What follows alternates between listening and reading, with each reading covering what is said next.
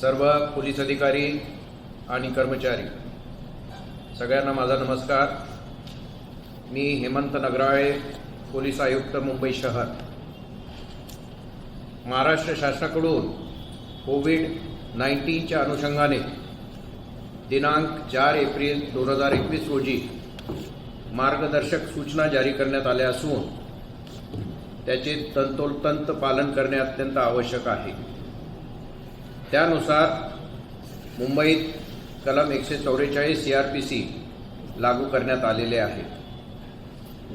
या आदेशामध्ये, लॉकडाऊनच्या आदेशामध्ये आपल्याला ज्या सूचना पाळायच्या आहेत, जनतेने सूचना पाळायच्या आहेत आणि आपण एन्फोर्स करायच्या आहेत, या सूचना मी थोडक्यात तुम्हाला सांगतो।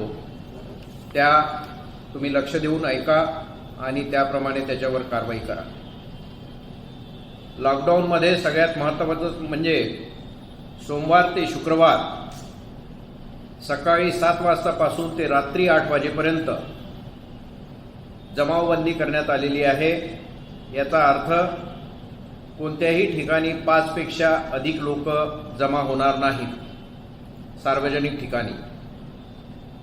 त्यानंतर दुसरी महत्त्वाची पोझिशन आहे, सोमवार ते शुक्रवार या रोजी, या दिवसांमध्ये रात्री 8 वाजतापासून ते सकाळी 7 वाजेपर्यंत आणि शुक्रवारी रात्री 8 वाजल्यापासून ते सोमवारी सकाळी 7 वाजेपर्यंत संपूर्ण संचारबंदी लागू करण्यात आली असून कोणत्याही व्यक्तीला योग्य कारणाशिवाय बाहेर फिरता येणार नाही। शासन निर्णयानुसार वैद्यकीय व इतर अत्यावश्यक सेवांना वगळण्यात आले आहे। उदाहरणार्थ हॉस्पिटल्स, क्लिनिक, मेडिकल विमा कंपनी, औषध कंपनी आणि इतर वैद्यकीय सेवा, तसेच धान्य, फळभाज्या, बेकरी, दूध इत्यादी महत्त्वाची दुकाने सुरू राहतील। त्या व्यतिरिक्त इतर दुकाने सगळी बंद राहतील।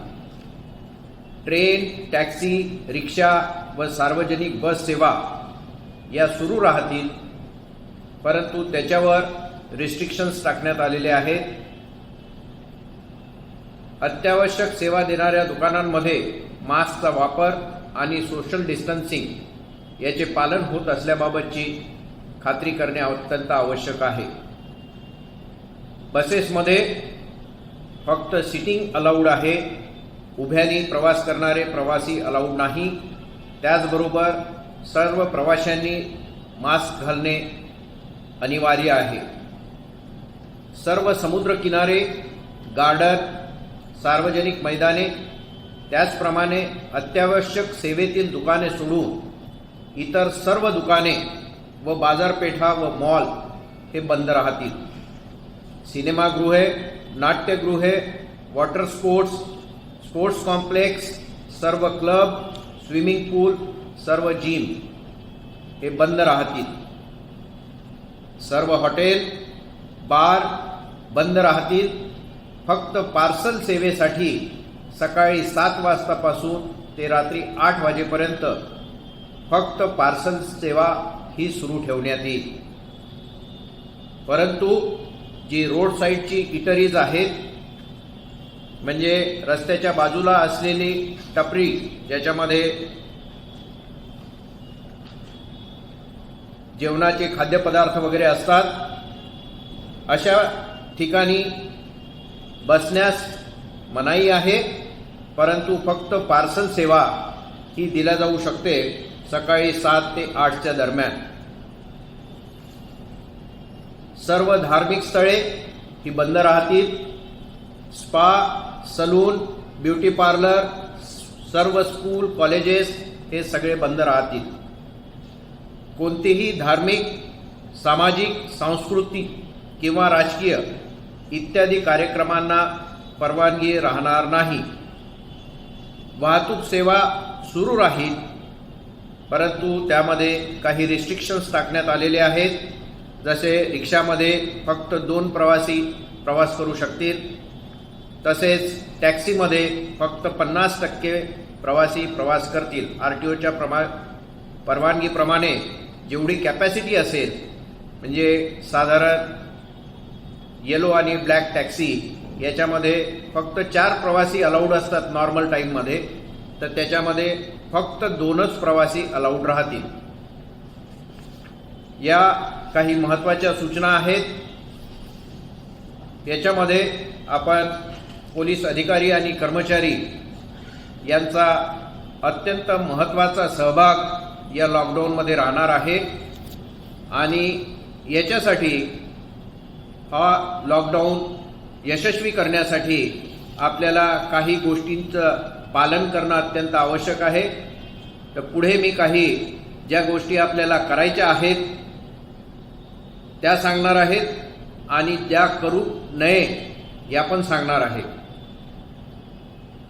याच्यामध्ये सगळ्यात महत्त्वाची, कोविड-19च्या अनुषंगाने महाराष्ट्र शासनाने दिलेल्या सर्व नियमांचे पालन न केल्यास अशा व्यक्तीवर योग्य ती कारवाई करताना पोलिसांनी जनतेशी संयमाने व सौजन्यपूर्वक संवाद साधून योग्य प्रकारे परिस्थिती हाताळावी.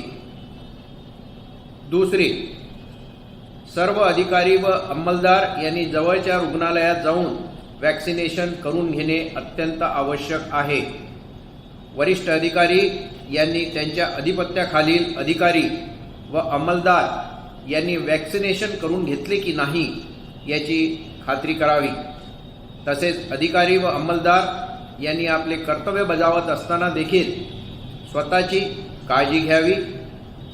ज्या अधिकारी व अंमलदार यांना कोविड-19चा संसर्ग झालेला आहे त्यांची वैयक्तिकरित्या चौकशी करून त्यांना योग्य ते वैद्यकीय उपचार मिळतील आणि त्यांना इतर कोणतीही मदत लागल्यास त्या संबंधित सिनियर PIनी ती उपलब्ध करून द्यावी. आपण हा लॉकडाऊन एन्फोर्स करत असताना बंदोबस्ताच्या वेळीस वाहनांची कागदपत्रे तपासू नये किंवा कोणत्याही कागदपत्रांना शक्यतोवर स्पर्श करू नये व आवश्यक असल्यास अशी काही शंका आली आणि तुम्हाला कागदपत्रे तपासणे आवश्यक आहे असे जर वाटत असेल तर ग्लव्हचा वापर करून आणि तात्काळ सॅनिटायझरने हात धुवून तुम्ही स्वतःला सॅनिटाईज करून घेणं आवश्यक आहे. कारण होऊ शकतं त्या कागदपत्रांमधून तुमच्यापर्यंत हे संक्रमण होऊ शकतं. विना मास्क कारवाई किंवा इतर कोविड नियमांची उल्लंघनाची कारवाई करताना वाद न घालता सौजन्याने वागावे. बंदोबस्ताचे कर्तव्य करीत असताना कायदा स्वतःच्या हातात घेऊ नये. कोविड नियमांचे उल्लंघन करणाऱ्यावर कायदेशीर कायदा करावी.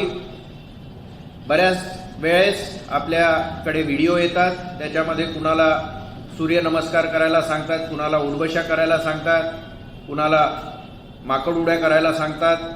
हे योग्य नव्हे. ते कायद्यानुसार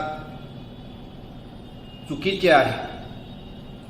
कारण असे चित्रीकरण होऊन आणि मग या सोशल मीडियावर अशा प्रकारच्या क्लिप्स या व्हायरल होतात आणि त्यामुळे जनमानसामध्ये पोलिसांच्या प्रतिमा मलिन होते.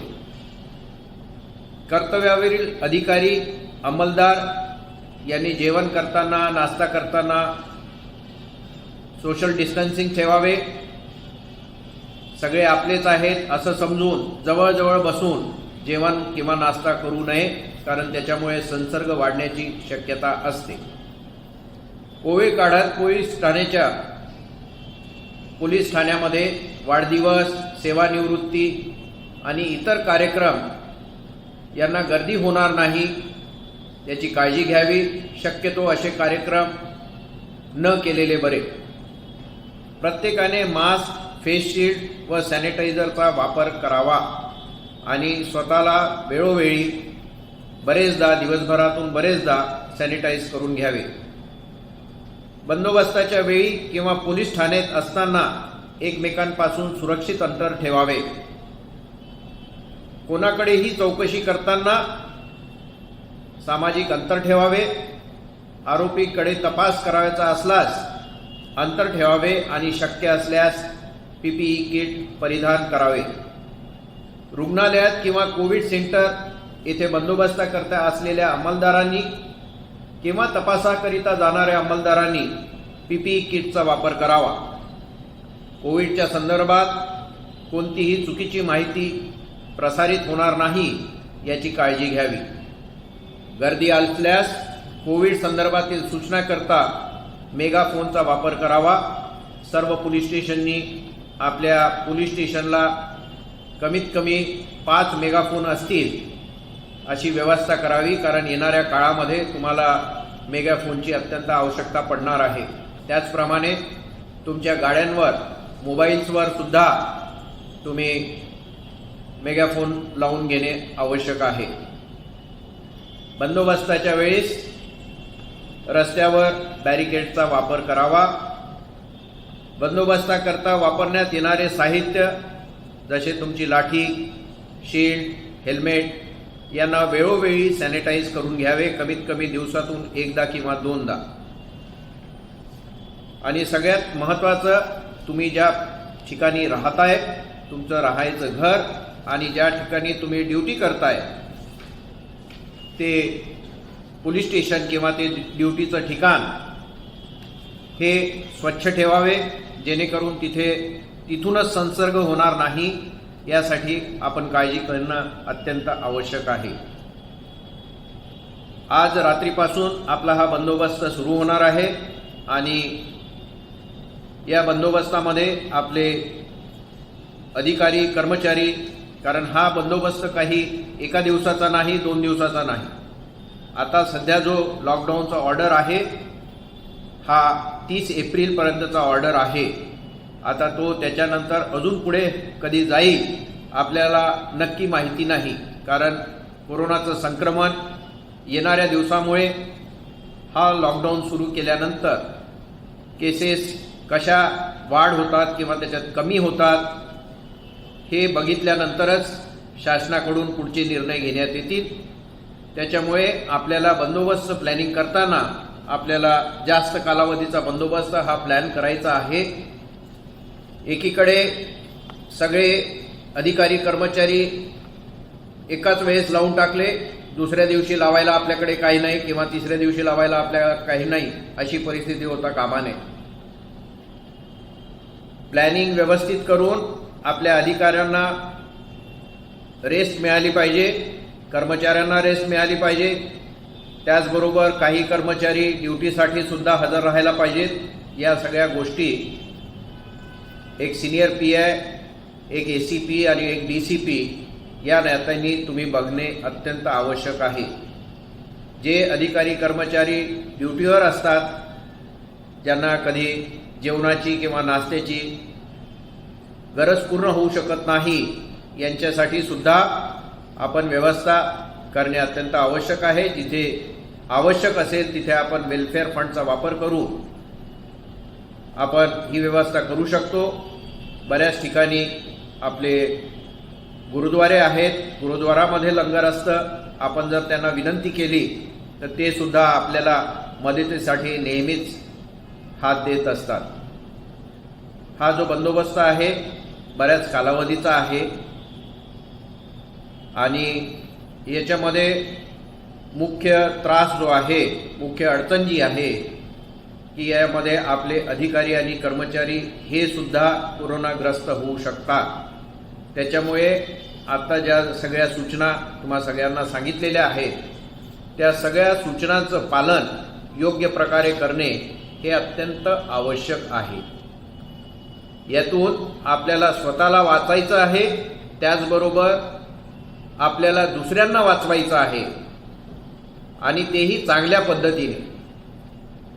आपण बंदोबस्त करत असताना आपल्या बोलण्यामुळे किंवा आपल्या कोणत्या कृतीमुळे त्याचे पर्यवसन दुसऱ्या कोणत्या तरी गंभीर घटनेमध्ये होऊ नये याची आपण प्रकर्षाने काळजी घेणं अत्यंत आवश्यक आहे. नाहीतर बंदोबस्त राहिला एकीकडे आणि आपलं दुसरं अजून वेगळंच काहीतरी सुरू होईल. त्याचप्रमाणे कुणालाही त्रास देऊ नका, कुणाला टोचून बोलू नका किंवा कुणाची खिल्ली उडवू नका. असे कोणतेही प्रकार तुमच्याकडून होणार नाही हे आवर्जून बघणे अत्यंत आवश्यक आहे. या संपूर्ण बंदोबस्ताच्या वेळेस ज्या इसेन्शियल सर्व्हिसेस आहेत, जसे भाजीपाला, धान्य, ब्रेड, दूध, या सगळ्या इसेन्शियल सर्व्हिसेस ने आण करण्यासाठी आपण पासेस अगोदर दिलेले आहेत. ज्यांच्याकडे जुने पासेस आहेत ते जुने पासेस अजून व्हॅलिड आहेत असं समजण्यात येईल. तुम्ही सर्व सिनियर पीए आणि सगळ्यांना कर्मचाऱ्यांना सांगा निक्षुणपणे की जुने पासेस ज्यांच्याकडे आहेत ते जुने पासेस व्हॅलिड राहतील, त्यांना वापरता येतील. आणि त्याचबरोबर नवीन जे पासेस आहेत ते स्पेशल ब्रँचकडून आपल्याला सप्लाय करण्यात येतील.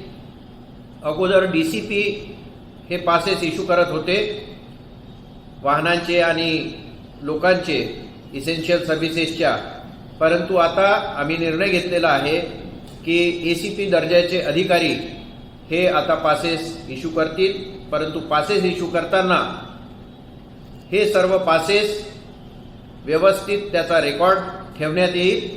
कुणाला पासेस इश्यू केल्या गेले त्याच्यावर नंबरिंग ठेवण्यात येईल आणि तुमच्या प्रत्येक ACPच्या ऑफिसमध्ये रजिस्टर ठेवून नंबरनुसार ते पासेस व्हेरिफिकेशनसाठी उपलब्ध राहायला पाहिजे.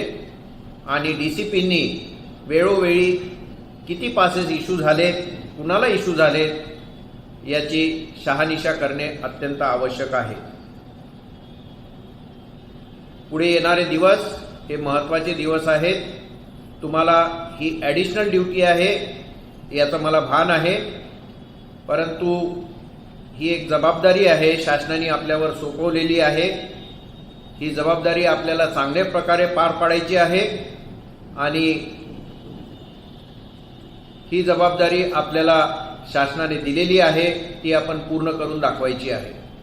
याचबरोबर तुमच्या हद्दीमध्ये राहणारे गुंड, समाजकंटक या संधीचा फायदा घेऊन दुसऱ्या काही गोष्टी करू शकतील, समाजामध्ये तेढ निर्माण करू शकतील किंवा अजून अशा काही गोष्टी करू शकतील ज्याच्यामुळे समाजामध्ये काहीतरी प्रॉब्लेम होतील. तर या गोष्टीसाठी तुम्ही अलर्ट असणे अत्यंत आवश्यक आहे. तर ह्या बंदोबस्तासाठी माझ्या या सूचना आहेत. आपण सर्व DCPंनी, सर्व ACPंनी, सगळ्या सिनियर PIनी या प्रत्येक बंदोबस्तावरच्या कॉन्स्टेबलपर्यंत, सगळ्या 100% कॉन्स्टेबलपर्यंत या सूचना पोहोचतील याची खात्री करा. बऱ्याचशा गोष्टी कुणाला समजत नाहीत किंवा भ्रम निर्माण होतात, तर असं काही होणार नाही अशी मला आशा वाटते. जय हिंद, जय महाराष्ट्र. Perfect.